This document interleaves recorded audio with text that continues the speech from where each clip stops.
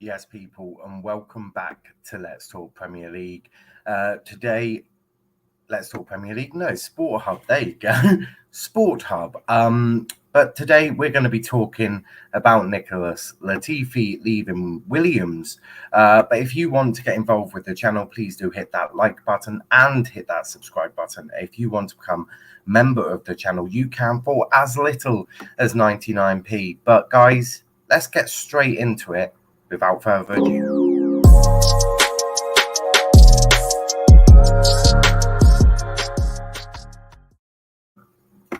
So, the day has come where Nicholas Latifi no longer has a Formula One seat. And to be honest with you, I can't say I'm surprised by this. I really can't say I am surprised one bit because, look, for me, Nicholas Latifi has never been any good, to be honest with you.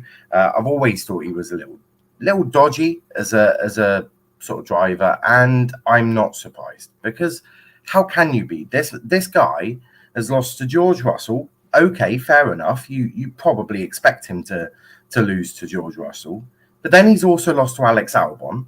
And you can't be telling me that he should be losing to Alex Albon.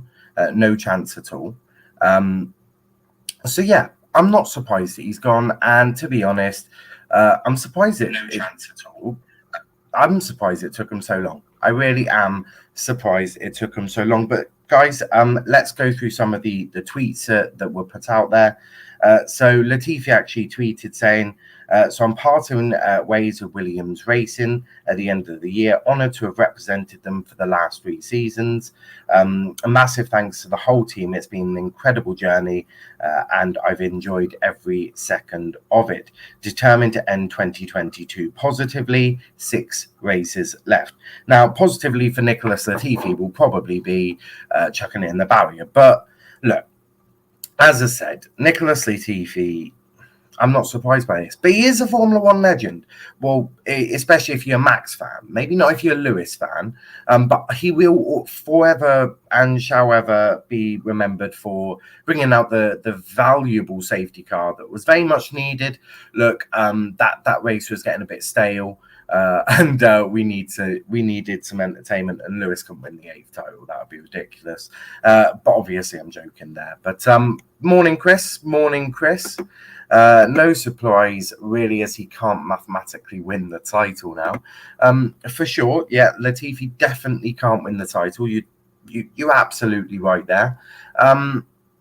But what he says, end the season well. I mean, I presume he means finish 18th, maybe once, because for the first time, and I someone will correct me, I'm sure, but for the first time ever, I think out of a 20-driver grid, Latifi is going to be the first to finish 21st in that 20-driver grid lineup, and he's not even a reserve driver. I mean, I spoke about Alex Albon and about how he was beating Latifi. I spoke about how George Russell was beating Latifi. Nick de Vries literally beat him in one race. And Latifi sort of was like, well, yeah, this car is absolutely rubbish when it comes to overtaking, but defending, it's not too bad. It's like, Latifi, mate, you've got to come up with some better excuses, lad. I mean, yeah. It's one of them. Toto Wolff forcing Latifi out. We'll talk about who is likely to replace him, De Vries or Sargent to replace Latifi, in my opinion. Well, as I say, we will talk about this, but let's be fair and read out what Williams have put. Williams Racing and Nicholas Latifi will part ways at the end of the 2022 season. We want to thank Nicky for his commitment and hard work over the last 3 years and wish him all the best in his next steps of his career. I will move on to onto the next chapter of my career with special memories of my time with this dedicated team. I know none of us will stop putting in every effort until the end of the season. And yeah. It's one of them. It's one of them that, you know, I'm sure some will be upset. I can't imagine who. I don't actually know who would be upset about this news, but maybe he has some fans there. But as I said, not really that much of a surprise. But let's talk about who could potentially be replacing him, because there are a couple of options, and it's interesting about who Williams will see as their next driver. And I'm going to start off with the one that drove at Monza, and that is Nick De Vries. There's reports that he has rejected a contract with Williams, but we'll still talk about Nick De Vries because I think we have to. He's an option. Now, we very much know that he's part of Mercedes. He is Mercedes' sort of young driver, has raced for them in, I think, Formula E. And I was sort of shocked that Nick De Vries didn't even get a seat in F1.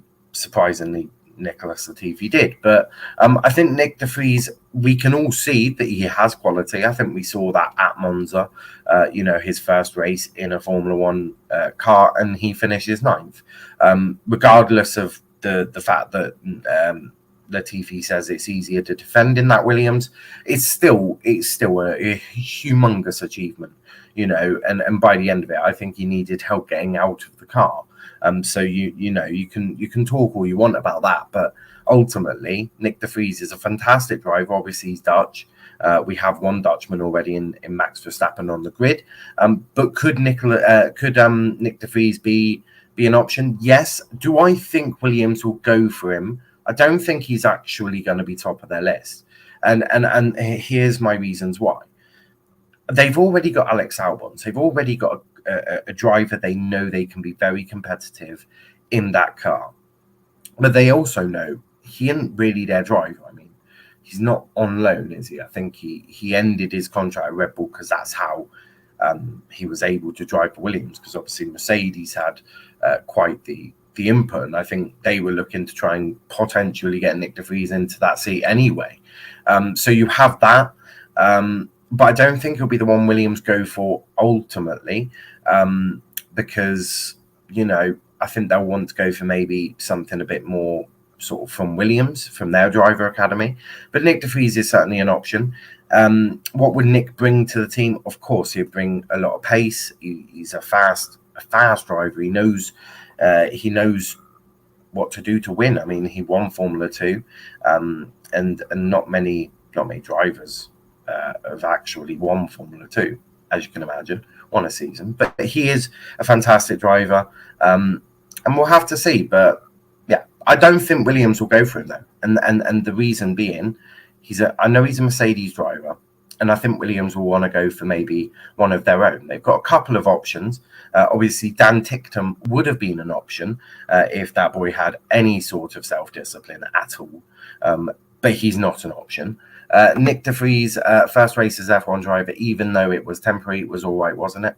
Yeah, I mean, finishing ninth in a Williams at Monza shouldn't really come as too much of a surprise, because as we all know, the Williams sort of in a straight line is fantastic. They got a fantastic straight line speed, but ultimately, yeah, it's one of them. F1 is run by Americans these days, as we see in more American Grand Prix in upcoming years. So don't be shocked to see Logan Sargeant get the seat. Well, we will talk about Logan Sargeant, and I'm going to explain why it's not going to be for his nationality reason. I think, a lot of people I will sort of address this actually. So I see a lot of people talking about how Formula One's become more American.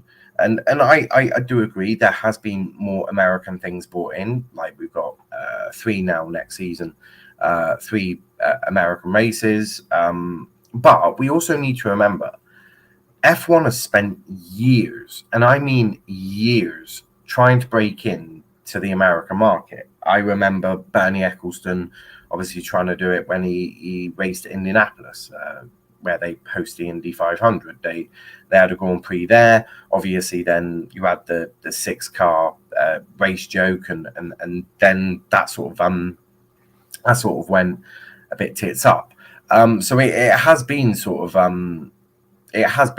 like progressive, that we're trying to break into the American market, and it's quite nice to see that we are now. Because I'm not going to lie, Texas is quite a decent track. I like Texas. I'm unsure about Miami. I really don't know if I like it. No. It's not one of my personal favorites, but we all know that I have a personal dislike to street circuits. So, I mean, Miami, no, not for me. Las Vegas, I mean, we'll see. We'll see. It's another street circuit, so I'm not getting the hopes up in the hope that it will be any good. But we'll see. I'm not judging it on nationality. Sponsor money as well. Sponsor money is a good shout. But let's talk about Logan Sargent, because Logan is certainly an option. And Logan Sargent for me is probably the favourite to get the Williams seat. There was a report, actually, if I remember correctly, done on Logan Sargent actually getting the seat. Where is it? That's what his Twitter. Where is it? I mean, he's part of the Williams Young Driver Academy, so let's try and find it. Right, so Sargent. Williams Formula One team boss Jost Capito says Logan Sargent putting himself in contention for a 2023 seat by winning the F2 title would be a great headache to have. However, the team's own protege Sargent has enjoyed recent surge in form, winning the F2 feature races in both Britain and Austria, as well as finishing second in Baku.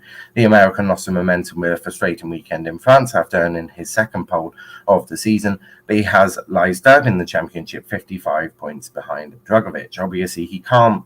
I don't believe he can win. That was obviously from July, so he can't win F2 now. Drugovich has won that, but that was an old article. But to be fair, I can see Sargent getting the seat. He's performed fairly well in F2.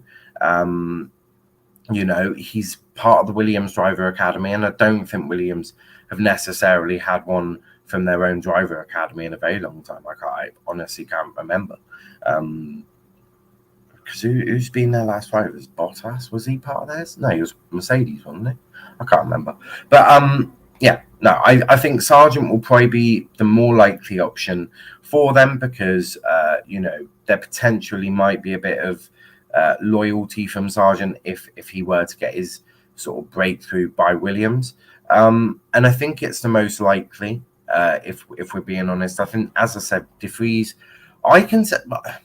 it depends on where Williams are as a team at the moment, because I'm struggling to identify. I think they're sort of like in the midfield, sort of, at some tracks, and then some tracks they're just not.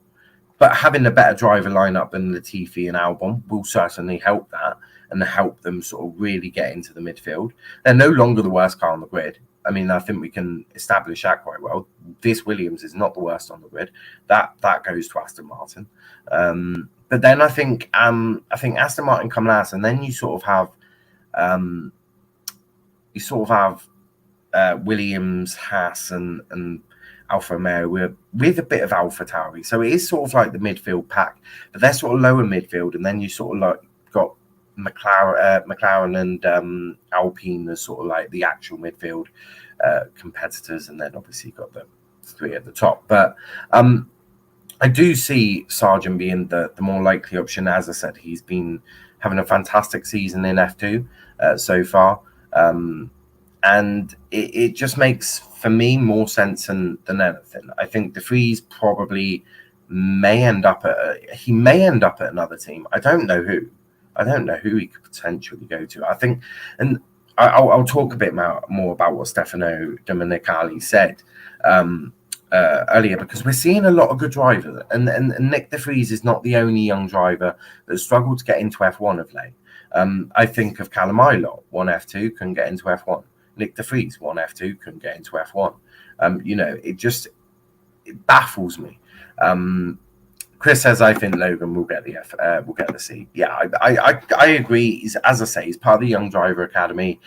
Very good racer. Has shown that he's got the skill in F2. And I think Williams will want to try and give him a shot, because he'll be cheaper.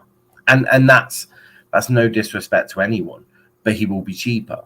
Therefore, you can spend more money on the car and be even more competitive. And I think that's what Williams will probably want to do.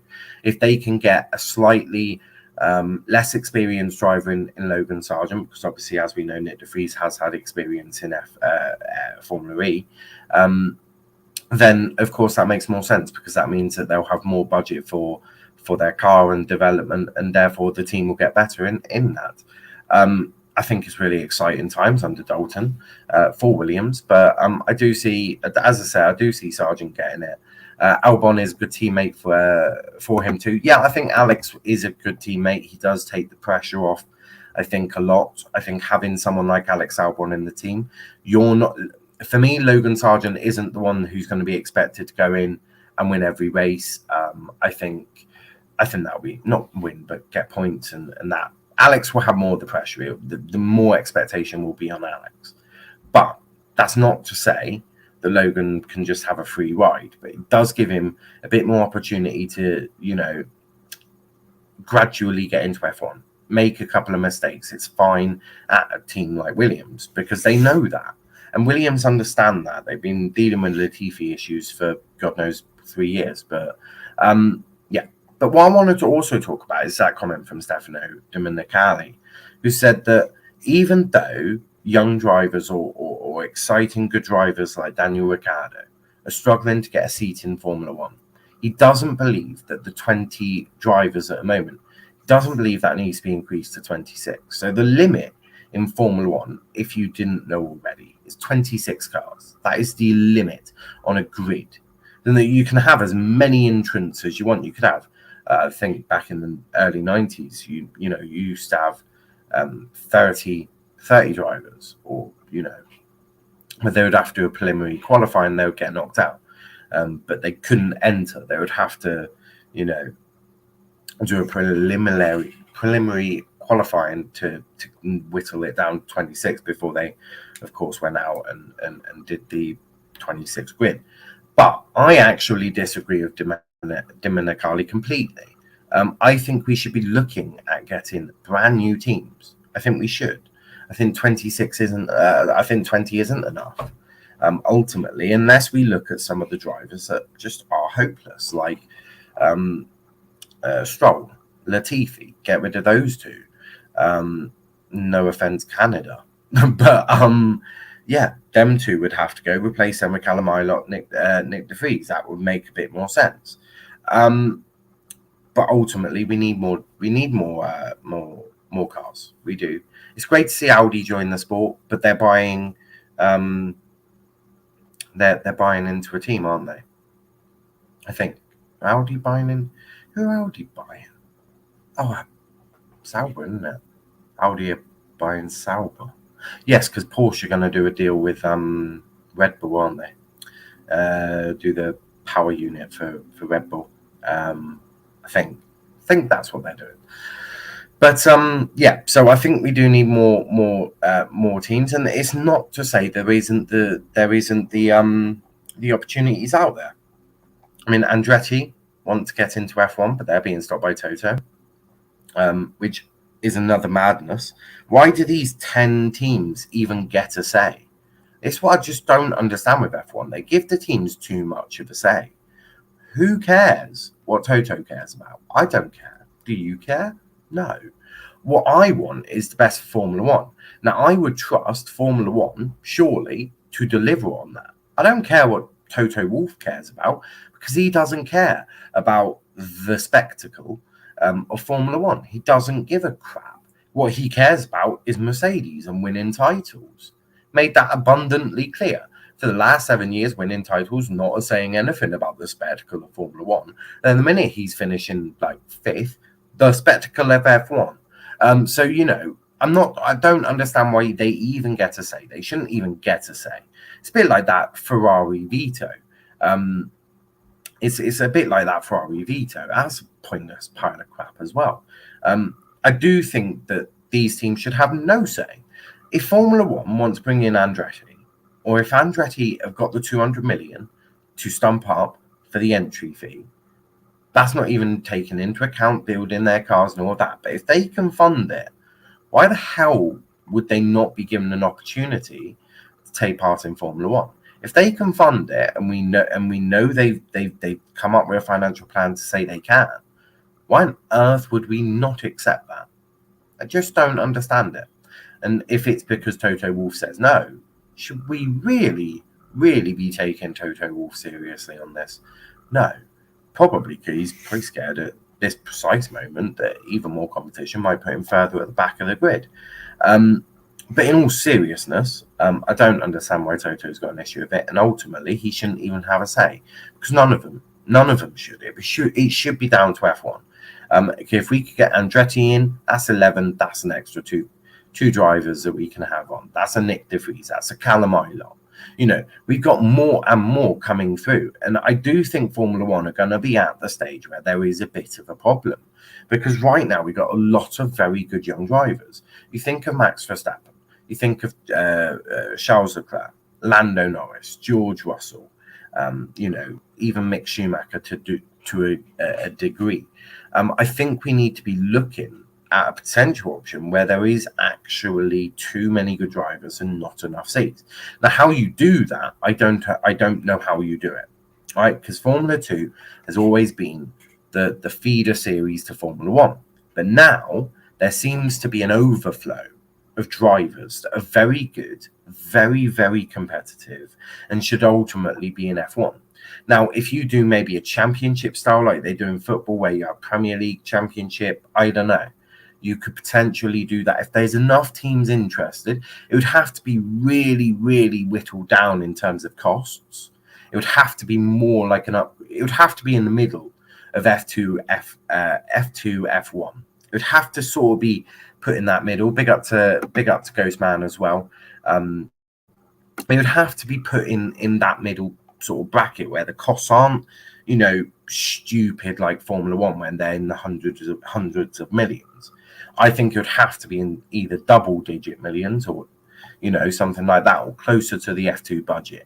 But I do think they're going to have to come up with potentially another series where, they do the full F1 calendar, but the cars are slightly different. They're maybe a bit more powerful than an F2. I don't know. I don't have the plan yet. But that might be an idea where they have sort of another sort of series that you can go into. I don't know. God knows. Come up with a name. Formula One Championship. I don't know. But that's the name of the thing. But I don't know. But you know what I mean? I do think potentially another series, or they'll have to revamp F2 and change potentially some of the rules where you can have the same driver. If you win F2, currently, if you win F2, you can't race next season. Maybe they would have to change that to allow those winners to race in F2 if they want to. But then people say, well, yeah, but what about all the young drivers that then you're it's a messy situation. Because I think if you leave it as it is, it's really, really unfair. And look, Formula One has always been ridiculously unfair. But now we're in a period where it's a bit more, I don't want to say easier, because it's never easy to get into Formula One. But I do think we're at that period where more and more people have got that ability to be in Formula One. These young driver programs, there's a lot of really good talent in there. And that's something that maybe they didn't necessarily have in an abundance 20 years ago, whereas now we do. And we, of course, had young driver academies and programs 20 years ago. I can remember Jordan having one, but it's much more developed. There's many more of them now. Pretty much every team has got one. No, there's a Sauber Young Driver Academy. There's a Williams Young Driver Academy. I'm pretty sure maybe Aston Martin maybe should or look to get one. Red Bull have got one. Mercedes have got one. Ferrari have got one. Alpine have got one. McLaren have got one. They've all got one. So it's an odd one. But that's something that Stefano Domenicali and Formula One will have to look at, because we can't keep it as sort of like this status quo sort of thing, really. Chris makes a very good point. Ilott and De Vries have missed out due to other drivers who had strong sponsorship money, like Mazepin did, like Latifi and Stroll have. I do agree with that completely. It's hard not to, isn't it? But how do you get rid of sponsorship money? How do you do that? I mean, you can't really. But I do agree. Ilott and De Vries have missed out due to the money pumped in from like a Mazepin or Latifi or Lance Stroll. Well, Lance Stroll, he's not even sponsorship money. His dad just owns a team. Lance Stroll went a step further than just sponsorship money. He went, do you know what? My dad's the boss. Like, genuinely. Like, I have a bit more respect for Mazepin and Latifi. And when I say a little bit, I mean, we're not talking much. But I do have a little bit more because at least they've sort of fought to get their seat. They chucked a load of money at it. I mean, Lance Stroll, his dad just went and bought a team for him. So, do you know what? Dad of the year, well, no, maybe not dad of the year. I don't know their relationship, but I wish my dad could buy me an F1 team so I could drive around a track and be as crap as I want. But I'm fine because my dad owns a team. Like, absolutely ridiculous. And I know the Aston Martin team principal was talking about how well Stroll has done compared to Vettel, and that he's basically matched him. I'm like, you're basically clearly on some sort of substance, because you can never say that. I mean, for me, Sebastian Vettel was wiped the floor left, right, and centre with Stroll every time they've been competitive in terms of they've got the same equipment, because Stroll has always had the upgrades first, which makes no sense, because one person who will get the best out of the upgrades and will be able to give you much more feedback is bloody Vettel. But hey ho, what do we know? But yeah, so I mean, as I said, Lance Stroll went a step further in sponsorship money. He just went full blown, my dad's going to buy a team for me, which I suppose is one way. But obviously, don't forget, Sergio Perez is technically a paid driver. He gets a lot of sponsorship from Mexico, a lot of sponsorship. It makes me want to put my head in boiling water that driver getting, because the sponsorship money or family members should be judged on your talent and driving of the car and achievements in F2, etc. And I do agree. I think, of course, there's always been money. There's always sponsorship money in F1. And if you've got money, that helps. Lewis was funded by Ron Dennis, for example. And some of these, teams do really invest in their young driver program, but ultimately, money counts, because the thing with it is these teams always need the money. They're not self-funded. They're no way self-funded. They can't keep up by just selling a few t-shirts left, right, and centre. No way. They haven't got that sort. That's not where their money comes from. It comes from massive sponsorship deals. Of course, payout from F1 if you finish well in the championship also does help, which is why we see sort of domination, and they're trying to make that a bit fairer by, sharing it a bit fairer. But it has been notoriously known that it's unfair. The better you do, the much more money you get. The worse you do, you barely get anything. But some will say that's just part and parcel of sort of competitive sport. The better you do, more money you get. The worse you do, the less you get. But this whole equal for everyone, I mean, yeah, no love. No, because ultimately there should be punishments for failure. You can't reward failure. You just can't. You can't just go, I know you finished 10th this season, but here's the same amount as if you'd have finished first. You just can't do that. It makes zero sense. Of course, we need to be wary of what we're doing, but we can't just make it a level playing field. If you want that, just go watch F2. That's not even that's a level playing field. Prema and for example, Prema and that have much more money than a Carlin, but that doesn't get looked at. In F3, I'm sure similar to that. Prema, I think, are in F3 as well, but we'll see. Chris says, I'm shocked Aston Martin not to get a Stroll family member, a second driver, to be honest. May as well call it Stroll F1 racing. Don't give them any ideas, Chris. I don't think, I would hope they don't watch this channel. But yeah, don't give them any ideas. I mean, geez. I quite like Aston Martin. You know, if Aston Martin wasn't owned by Lance Stroll, I might actually consider liking them. But no. But that's because I like green. Like, as you can probably tell, like with the rebrand, much more green.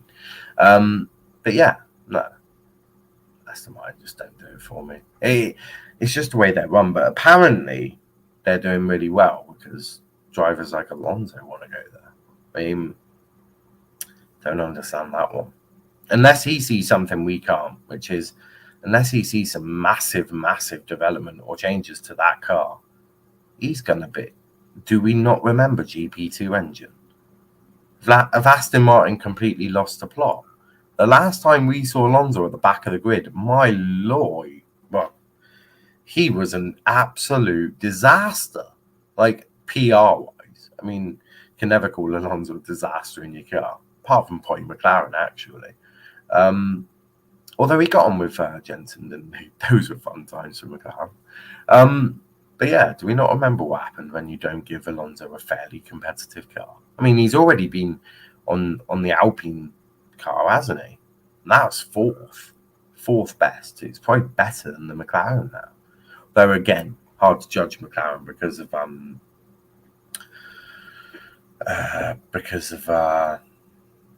Daniel Ricciardo and just not being able to drive the car. Stroll retired Vettel. They will retire Alonso too. World champions at once. Oh yeah. I mean, look, for me, Sebastian's, his head's been out of F1 for at least a couple of years now.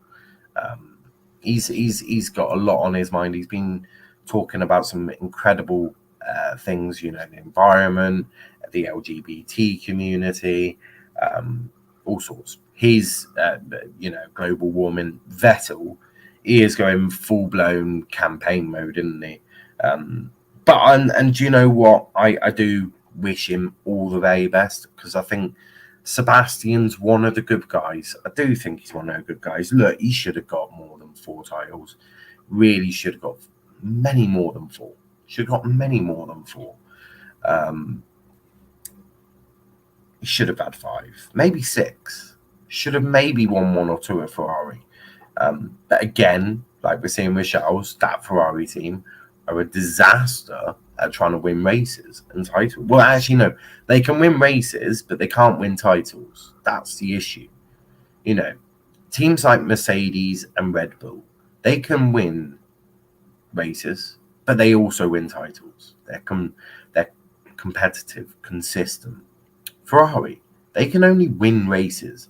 They're not competitive or consistent enough to win titles. And it's actually interesting.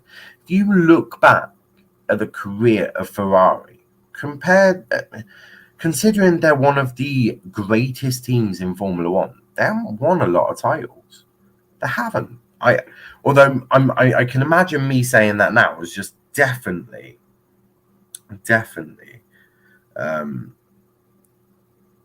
got that wrong, probably. I'm gonna Google it. I've won 15 drivers' titles. 15. Only 15. Wow. I mean, that's incredible. Who has the most?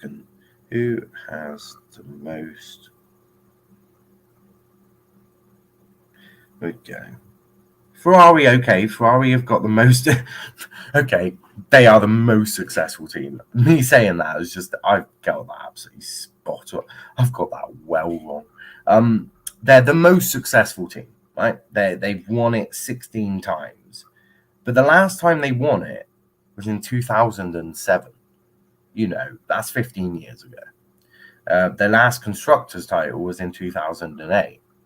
That's 14 years ago. They haven't won anything in the last 14 years. They were very competitive in the 50s and the 60s.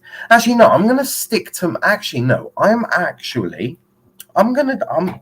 standing by it. They may be the one team with the most titles, but it was also a lot easier to win it in the 70s.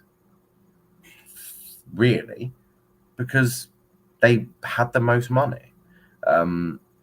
Also, everyone just kept dying in the 80s, well, 70s. Well, actually, all of them. But yeah, they won a couple in the 60s. They won 4 titles in the 70s, 2 in the 80s, 1 in the 90s. Then they got 5 in the 2000.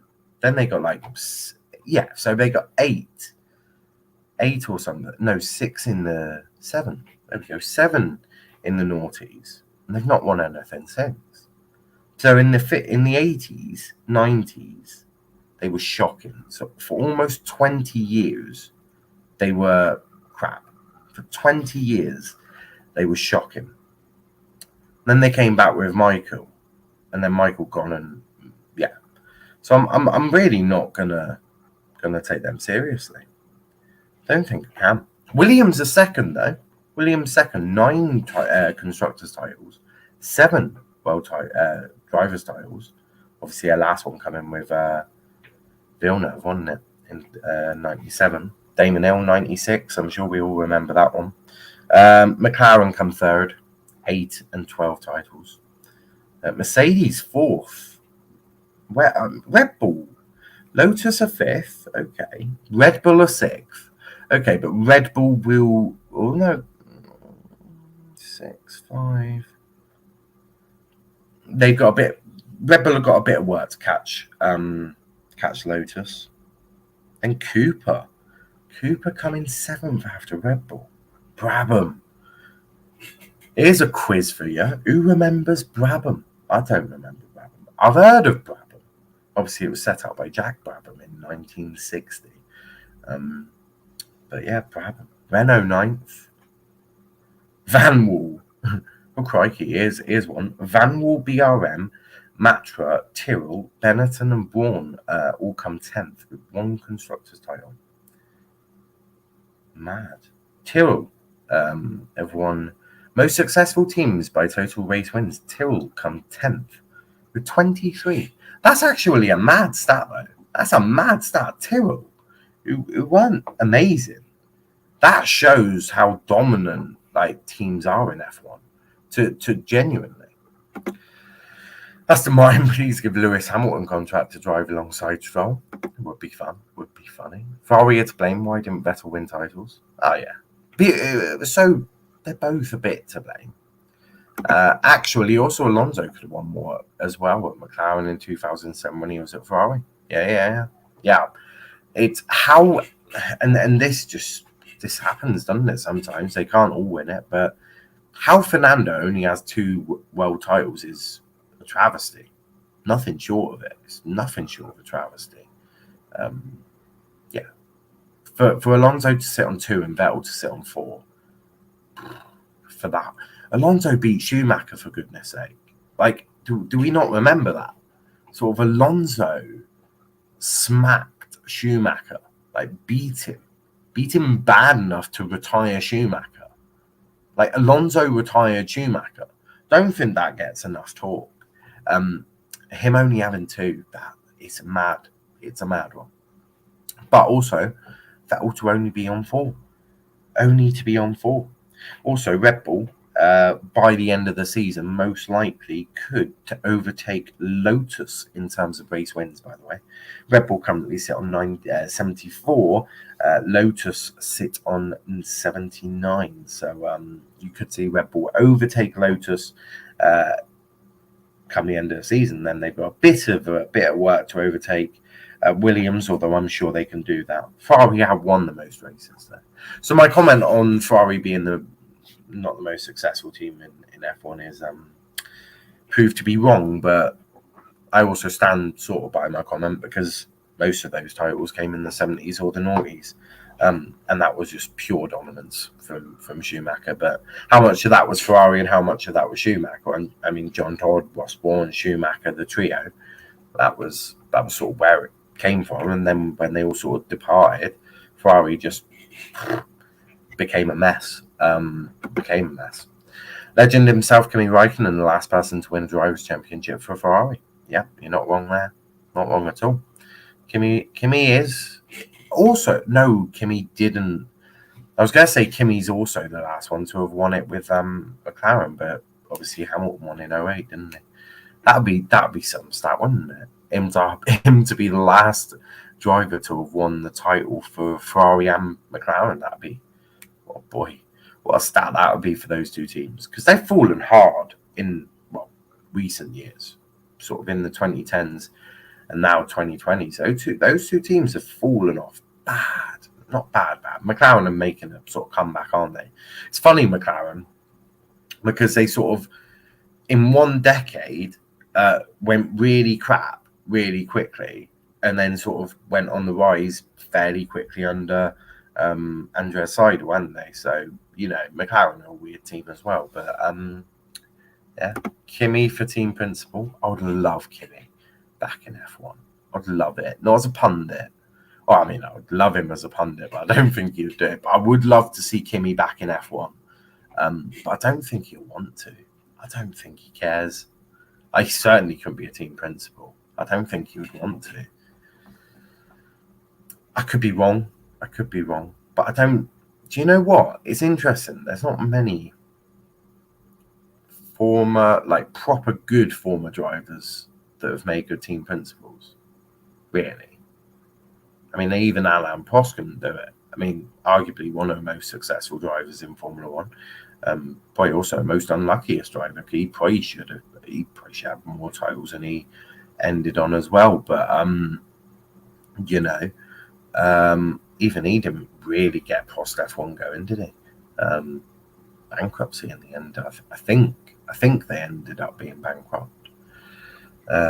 Kimi Räikkönen social media equals silent. Typical Kimi. I wouldn't expect nothing less of him. He's always been quite a private guy, hasn't he? Him and Vettel, very, very private. So is Max, to be fair. Max is a fairly private guy, which is interesting, because these ones back 20 years ago, all of them were private. Didn't have this sort of access to the drivers. Kimi was back in Monza recently. Wasn't really impressed by being asked for selfies. Unfortunately for someone like Kimi, he will always get asked for selfies. He's just that iconic. But yeah, he was back at Monza, probably invited by Ferrari. Then yeah, watched Verstappen win the race. I mean, Verstappen's won the title. Also, I haven't mentioned this, 43 minutes into it, but a massive congratulations to Max, who is going to be a father. Max Verstappen, it was put on Instagram, I think, but I think Kelly Piquet's girlfriend, or Mrs. or wife, I don't know if they're married, but she announced that she was positive, but not for COVID, but for a baby, I believe. Don't quote me on that, but yeah, if it is true, congratulations, Max. Going to be a father. Maybe Mini Max coming. Well, actually, no, not Mini Max. You had Jos bring in a Verstappen. Can Max bring in a Verstappen? Just keep the family name going. Here's a good question. If Max did bring his kid into F1, would he be as good as Max, or would he be more like Jos, who was average at best? I mean, that would be an interesting one, wouldn't it? Would Max's kid be better than Jos and Max, or would he be better than Jos or worse? How would Max's kid do in F1? So when obviously Max is going to be a dad imminently, you should expect in the next year. Babies take 9 months, so within 9 months you would assume. Max obviously will become a father, and then Max joined F1 when he was 17, so yeah, about 17 years later, Mini Max is coming. And would he be better than his dad? That's an interesting question. I mean, nobody will know. Nobody will know. Nobody has an answer to that question. It's an interesting question, but nobody has Nobody has the answer to that question. But would Max's kid be more like Max or more like Jos? Because Jos was average at F1. His son's bloody amazing. I suppose. But we'll never know. Or we might know. Give it 18 years and we'll know. Maybe 25 to give him a chance to get to F1. Started with a DNF for Max this season, sealed world title with domination. Now a child. Congratulations to him. It's certainly been a positive 2022, hasn't it? Started with that DNF. And then I think everyone looked at that and was like, what have Red Bull done here? This ain't good. Reliability issues, Red Bull. Oh, Perez is off as well. Oh, dear. Everyone was like Red Bull. Everyone pretty much wrote Red Bull off after Bahrain, didn't they? Everyone was like, yeah, Ferrari's title. And I was like, let's just 2 seconds. Let's just wait. Let's just wait a bit. And there they are. F1 2022 games, so unrealistic. I'm in a title race with Perez and Sainz, while Crown Max nowhere to be seen. The race so realistic. Mine was fairly realistic. I'm in a title fight in a McLaren in my first season, so that's not quite realistic. But I was in a title fight with Max. Charles wasn't. He kept making mistakes, which is fairly realistic. But yeah, I'll have to keep you updated. I'm just doing Abu Dhabi now, so I'll be on the second season at some point. But with work, it's very unlikely I get the chance. But although actually, with my new work, I do sort of either work an afternoon, evening, or morning, afternoon. So I've got a bit more time during that day. But yeah, no one needs to hear that. But guys, we aren't going to be going on for too much longer. 46 minutes. I didn't expect that, to be fair. But I just chat crap, don't I? So it's something I'm fairly good at. But I'm also conscious that there's a lack of content going on whilst I figure out what the hell to do. That's just the only thing I'm trying to work out. Oh, F1 show didn't happen this week. I was working. But I've got set days now, so the F1 show is back next Wednesday. Every Wednesday it'll be on. Me and Charles putting the world to rights in F1. If you want to appear on that show, you can absolutely do so. Just give us a message on Twitter or Instagram. We're on Instagram as well. Just pop us a message on either of those two. If you want our email, God knows what that is. Let's talk EPL at outlook.com, I think. But yeah, that's one. But yeah, if you want to be on the F1 show, hit us up. We'll sort that out. Not a problem. Williams, that way. Who are they going to get? Maybe Sargent. They might get Sargent. Sargent seems like the most likely option. But guys, we are going to sort of wrap it up there. We'll be back at some point with maybe either a live stream or a video. I don't know. I'll keep my eyes out on F1 news. See what there is on that. Keep myself updated on the football news. Harry Maguire's going to start tonight. Southgate picks on form. Yeah. Lots of form from Southgate. Form of being a donor. But that's enough from him. I believe Charles actually. Let me update. I think there's actually a watch along tonight. Where is it? I think Charles agreed to do a watch along tonight. I'll do Friday, Italy versus England at 7:45. There's a watch along tonight. England versus Italy. I won't be on that. Is this Nations League? Are you watching Nations League? Fuck that. Who the hell watches international football? And Southgate in the national football. My life.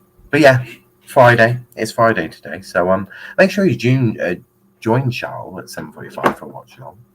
As I said, I won't be there. Don't care for that. Not Nations League. I'll go playing tomorrow. I think we're playing. Pretty sure we are. Don't think our game's been called off.